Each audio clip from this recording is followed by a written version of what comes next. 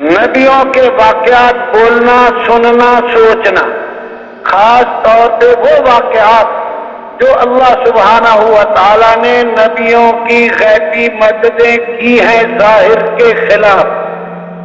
ظاہر کچھ اور کہہ رہا ہے لیکن اللہ کے فیصلے سے نتیجہ کچھ اور آ رہا ہے، یہ بولیں گے تو ایمان بڑی جلدی قوت پکڑے، بہت جلدی۔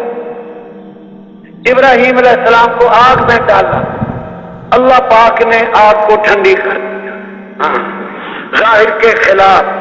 اب پتہ چلے گا کہ اللہ کرتے ہیں۔ ابراہیم علیہ السلام کو حکم دیا بیٹے کے گلے پہ چھری پھیرو، چھری پھیری، اللہ نے بیٹے کو ذبح ہونے نہیں دیا، ظاہر کے خلاف۔ اب پتہ چلے گا اچھا اللہ کرتے ہیں، اپنی قدرت سے کرتے ہیں، ایمان بنے گا بڑی جلدی۔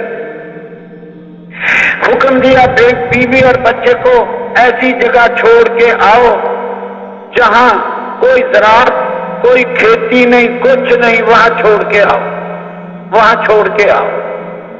اب ملک شام سے چلے، سرسبز زمین، باغات والی، کھیتیوں والی، پھلوں والی، اور پہنچا کے چھوڑ دیا پہاڑوں میں جہاں ایک قطرہ پانی نہیں، ایک دانہ گندم، جوار، باجرہ، چنا، زندگی کی کچھ نہیں، وہاں چھوڑایا۔ موت کی بڑی چیزیں، زندگی کی کچھ نہیں، وہاں چھوڑایا۔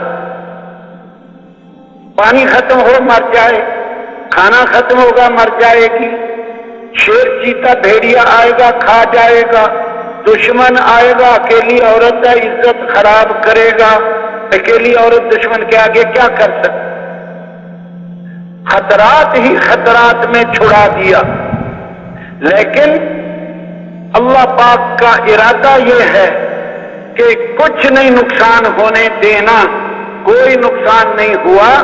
وہیں سے آب زمزم، وہاں قبیلہ، اور جہاں ایک گھر کے پلنے کا سامان نہ تھا وہاں لاکھوں کے پلنے کا سامان کر دیا، شہر بسا دیا۔ لاکھوں حاجی جاتے ہیں، کبھی نہیں آپ نے سنا ہوگا کہ بھوکے مر گئے، یہ تو سنا ہوگا کثرت کی وجہ سے ایک دوسرے کے نیچے دب کے مر گئے، لیکن بھوکے مرے کبھی نہیں سنا ہوگا کہ جن کو روٹی نہیں ملی بھوکے مر گئے، نہیں۔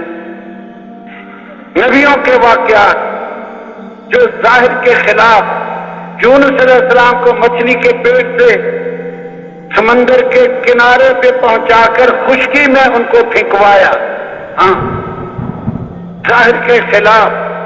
موسیٰ علیہ السلام کو کہا پانی پہ لاٹھی مارو، 12 راستے، پانی پہ تو 12 کروڑ لاٹھیاں مار لو ایک راستہ بھی نہیں بنتا، لیکن جب اللہ چاہے پھر بنیں گے 12 راستے۔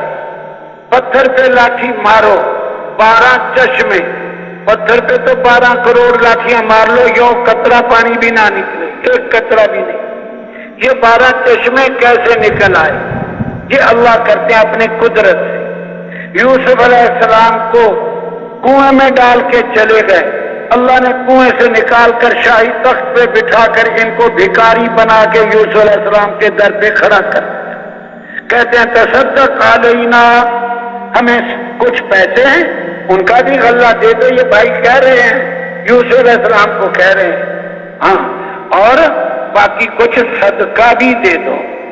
کچھ پیسے ہیں لیکن پیسے تھوڑے ہیں تو پیسوں کا بھی تھوڑا دے دو اور پیسوں کے علاوہ صدقہ بھی دے دو۔ یہ وہ بھائی کہہ رہے ہیں جو کہہ رہے تھے کہ آج یوسف کے دانے مکا دیے، ختم کر دیے، کنویں میں پھینک دیا۔